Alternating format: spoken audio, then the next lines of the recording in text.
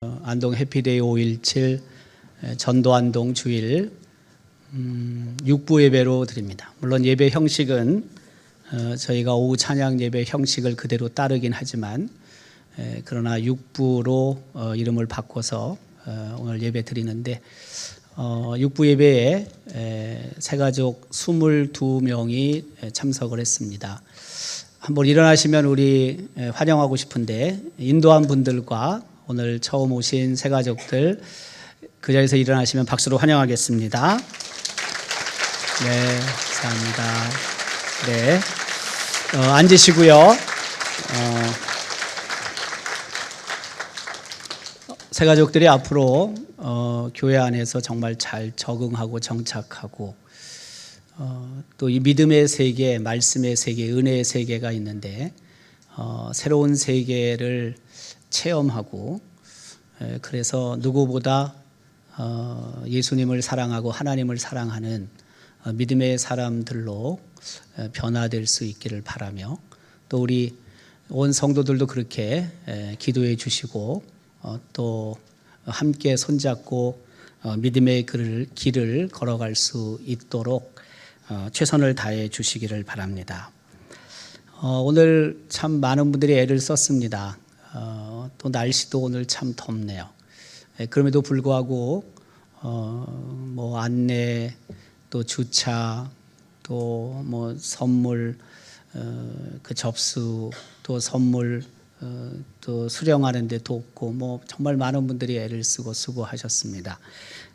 고맙고 감사합니다. 무엇보다도 주차하는 또 일에도 여러분들이 교회에 자동차를 갖고 들어오지 않아서 참 우리 성도들이 참 대단하다. 네.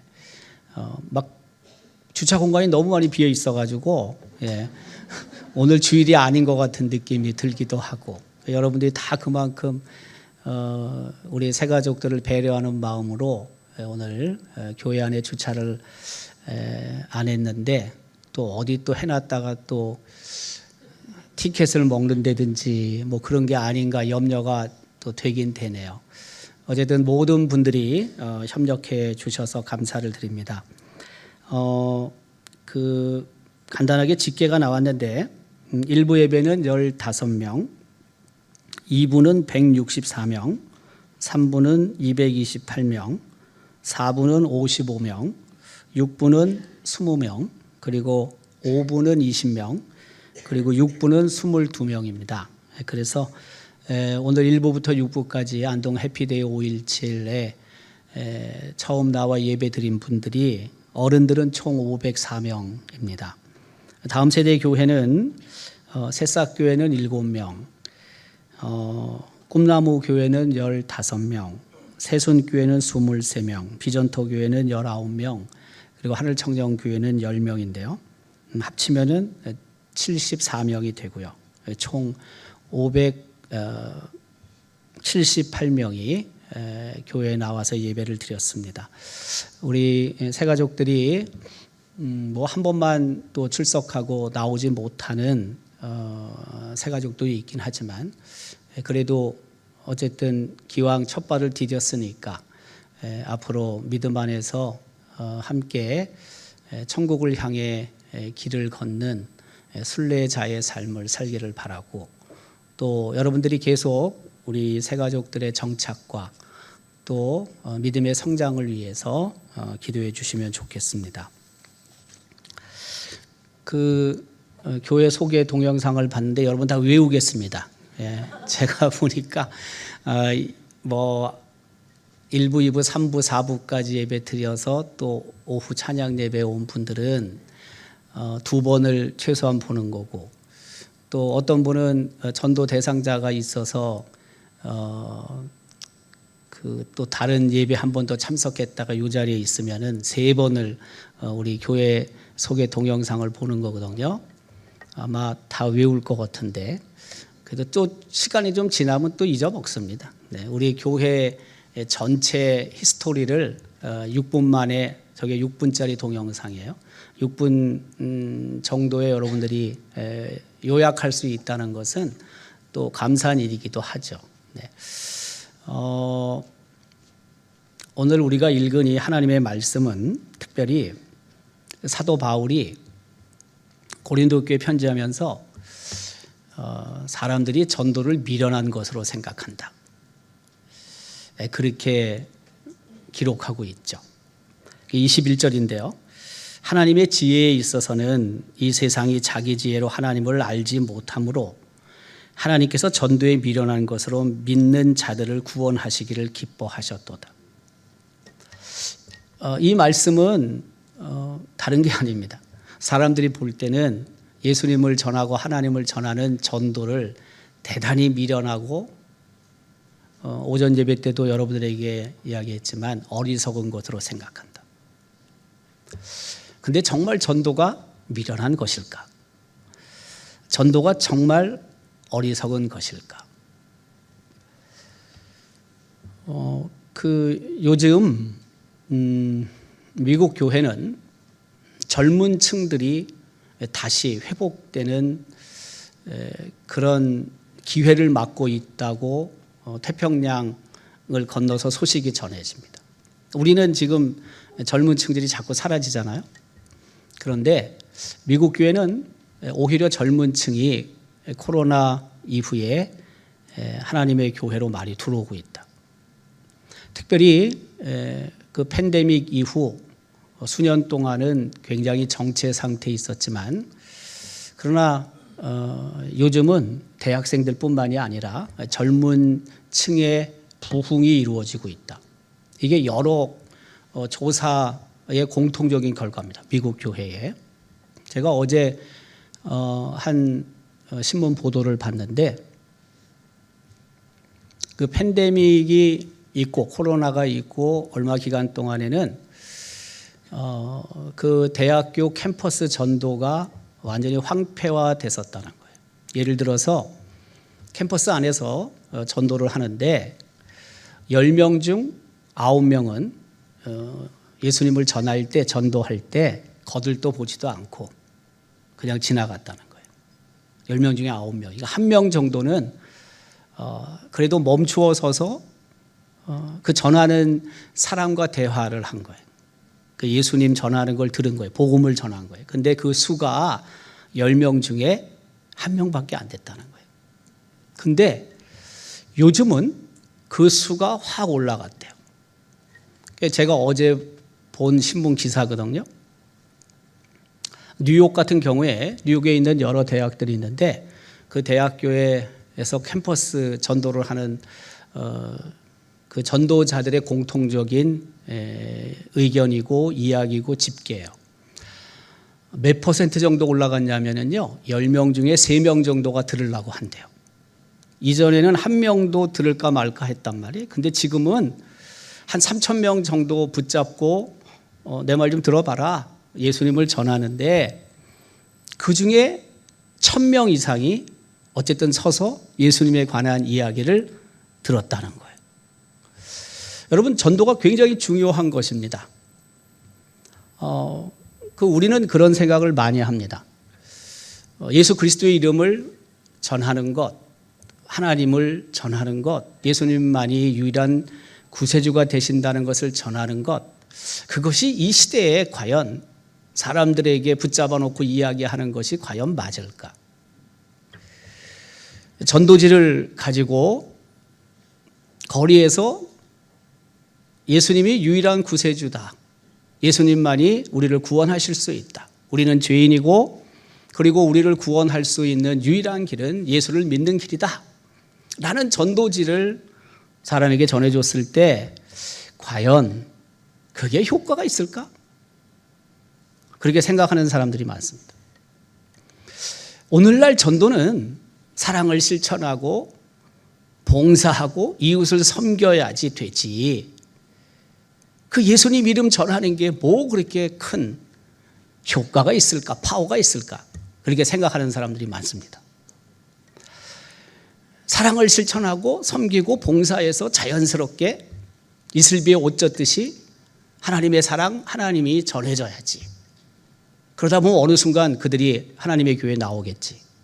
이렇게 생각하는 사람들이 진짜 많습니다. 여러분,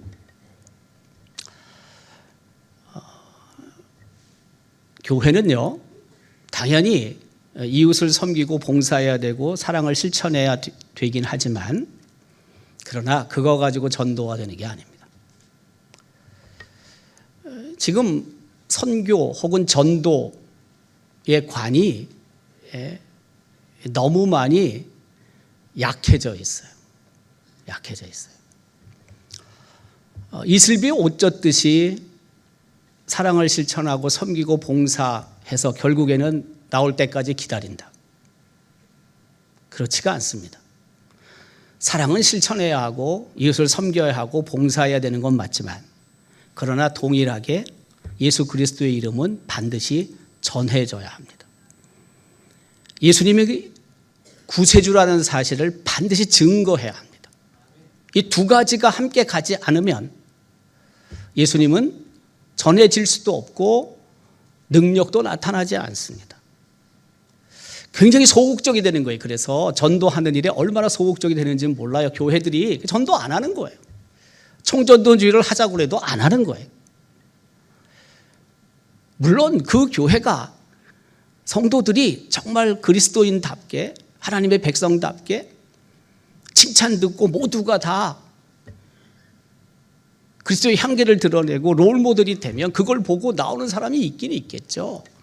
그런데 도대체 이 세상에 완전한 사람이 어디 있어요? 완벽한 사람이 어디 있어요? 10개 중에 9개를 잘하고 하나를 잘 못해도 그 하나 때문에 욕을 하는 세상이에요.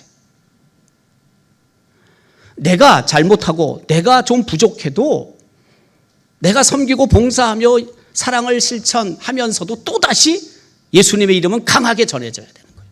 선포돼야 되는 거예요. 그래야지만 이 땅에 하나님의 나라가 임하는 거예요. 임할 수 있는 거예요. 하나님은 우리를 그렇게 사용하시는 거예요. 사도 바울이 고린도 교회에 편지하면서 전도에 미련한 것이라고 말하는 것은 다른 뜻이 아니에요. 그때도 마찬가지예요. 예수님 이름 전하면 과연 흔들릴까? 마음이 움직일까? 하나님 앞에 나올까? 예수 믿게 될까? 다 그런 마음이 있었다는 거예요. 그런데 사도 바울은 그게 결코 미련한 것이 아니다. 그렇게 예수님의 이름이 증거되어야 한다. 예수님의 이름이 선포되어야 한다라는 것을 말하고 있는 거예요. 하나님의 지혜에 있어서는 이 세상이 자기 지혜로 하나님을 알지 못하므로 하나님께서 전도에 미련한 것으로, 사람들이 볼 때는 미련하게 보이지만 전도가, 그러나 그 미련한 것으로 예수님의 이름이 알려지고 결국에는 예수님을 믿고 구원받는 자의 수가 더해진다는 것을 분명하게 말하고 있는 거예요. 전도가 왜 필요하냐? 오늘 21절은 두 가지로 얘기해요. 첫 번째는 뭐냐면 세상의 지혜로는 하나님을 알 수 없기 때문에 그래요. 세상의 지혜가 얼마나 발달했습니까? 그런데 그 세상의 지혜 가지고는 구원의 비밀도 모르고 하나님도 예수 그리스도도 몰라요. 예수님이 어떤 분인지 몰라요. 예수님을 만나야지만, 예수 안에 있어야지만 구원을 얻을 수 있다는 사실을 몰라요. 세상의 지혜 가지고는. 그래서 우리가 그 사람을 사랑하면 사랑할수록 그 사람의 구원을 위해 기도해야 하고 그 사람의 구원을 위해 전해야 하는 거예요. 이유가 다른 데 있지 않습니다. 오늘 우리 육부 예배에 새 가족들이 오셨지만 마찬가지예요. 그들을 사랑하기 때문에 전도하는 거예요. 예수님을 알리는 거예요. 이 자리에 초대하는 거예요. 세상의 지혜 가지고는, 세상의 경험 가지고는 구원을 얻지도 못하고 영생을 얻지도 못하고 천국에 갈 수도 없기 때문에 부담이 되지만 그래도 초대하는 거예요. 그 미국 신문에 제가 봤는데, 워낙 우리가 AI 시대를 살고 있긴 하지만 AI가 너무 위험하다. AI가 너무 위험하다. 그래서 AI에 대한 나름대로 제한적인 그런 조치들이 필요하다 지금. 이런 의견들이 지금 많이 나오고 있다는 거예요. 왜냐하면 어떤 사람이 자기가 어떤 병이 있어가지고 AI에 물어본 거예요. 그랬더니 이놈이 이렇게 하라고 얘기를 했겠죠. 근데 뭐가 문제냐면 그걸 맹신하는 게 문제예요. AI가 신으로 생각해. 그래가지고 그걸 얘기를 하면 그걸 따라서 해, 그대로. 이놈이 틀릴 거라고 생각을 안 합니다, 여러분. 근데 오류가 많다니까요. AI 주는 정보를 이렇게 보면은요, 틀리는 것들이 꽤 있습니다. 왜? 누군가가 잘못된 정보를 입력을 했기 때문에 그 잘못된 정보를 가지고 AI 이놈은 나름대로 판단해서 결론을 내주는 거거든요. 그러니까 원 자료가 틀렸으면 AI도 틀리는 거예요. 그 틀렸는지 맞았는지는 AI가 생각 안 해요. 근데 이 사람이 자기가 병이 있으니까 이거 어떻게 하면 좋겠나? 그것도 또 의사한테 가서 물어봐야지. 왜 또 AI한테 물어봅니까? 네. 근데 AI가 이렇게 하라고 한 거야. 이런 약 저런 약을 먹으라고 한 거야. 먹었어. 죽었어요. 죽었습니다, 여러분. 누가 책임집니까? 그런 거예요, 여러분. 세상의 지혜는요, 뭐 세상의 지식은요, 세상의 경험은요, 완전할 것 같지만 완전하지 않아요. 더욱이 구원에 관한 것은요, 결코 세상의 지혜가 우리에게 진리를 알려줄 수도 없어요. 우리를 구원에 이르게 할 수도 없어요. 그래서 우리가 예수님을 알려야 되는 거예요. 그래서 우리가 구원의 길, 그 길은 오직 예수님밖에 없다는 사실을 알려야 하는 거예요. 너무 그를 사랑하니까, 좋아하니까. 구원받지 못한 상태로 이 세상을 살다가 세상을 떠나면 안 되니까. 그래서 하나님의 지혜, 구원의 지혜, 구원의 신비를 알려야 하는 거예요. 그게 맞는 거예요. 내가 너무 좋아하고 내가 너무 사랑한다고 생각함에도 불구하고 그 하나님의 지혜, 구원의 신비를, 진리를, 구원의 길을 알리지 않는다면 그건 살아가는 게 아니에요. 혹 관계가 좀 어색해진다 할지라도 그 구원의 말씀을 전해야 되는 거죠. 예수님을 증거해야 하는 거죠.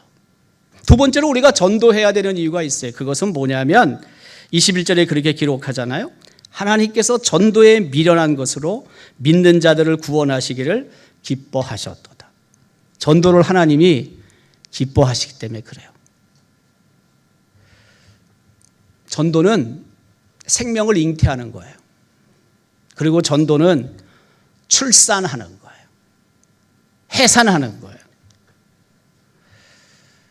영원한 그 생명, 영원한 세상으로 갈 수 있는 새 생명을 잉태하고 결국에는 해산하고 출산하는 게 바로 전도예요. 근데 그것을 하나님이 가장 기뻐하신다고요. 뭐 우리가 여기서 봉사하고 저기서 헌신하고 뭐 그것도 하나님이 좋아하시겠죠. 당연히 기뻐하시겠죠.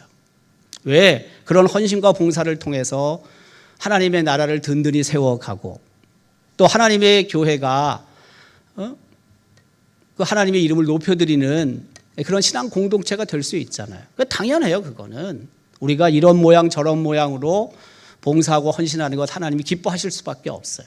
우리의 믿음이 자라고 우리의 믿음이 성숙해지는 것도 하나님이 기뻐하실 거예요. 당연히. 말씀대로 순종하며 사는 것 왜 하나님이 기뻐하시지 않겠어요? 다 기뻐하시겠죠. 그런데 오늘 본문에서 말씀하시는 하나님의 기쁨은 전도에서 나오는 거예요. 전도에서. 이유는 출산과 해산이 있기 때문에 그런 거예요. 그 부담이 되는 거예요. 전도한다는 것이 얼마나 부담이 됩니까? 때로는 공연히 기독교에 대해서 오해하고 있는 사람들이 야단을 칩니다. 전도하는 사람에게. 내가 왜 야단을 맞아야 됩니까, 여러분? 뭐 내가 뭘 잘못했다고? 그런데 야단을 먹거든요. 야단을 맞거든요. 왜? 교회에 대해서 뭐라고 야단치는 건데 내가 예수님 전할 때 나에 대해서 야단치는 것이 느껴진다고. 내가 예수님 전하지 않았으면 그 사람한테 야단 맞을 이유가 없죠. 때로는 무시도 당한다고요, 우리가. 그렇지 않습니까? 내가 왜 무시당해야 됩니까? 나도 배울 만큼 배웠고 살 만큼 살고 나이도 나이 들 만큼 들었는데 왜 무시당해야 돼요? 내가 기분이 나빠요. 불쾌해요. 예수님에 대해서, 하나님에 대해서, 기독교에 대해서, 교회에 대해서 오해하고 있는 경우도 참 많습니다. 그걸 일일이 다 붙잡아 놓고 설명하는 것도 어렵지만 어쨌든 예수님을 전하는 것, 전도하는 것은 부담이 되는 거예요. 그럼에도 불구하고 생명이 새롭게 출산되는 거기 때문에 하나님이 좋아하시는 거예요. 하나님이 기뻐하시는 거예요.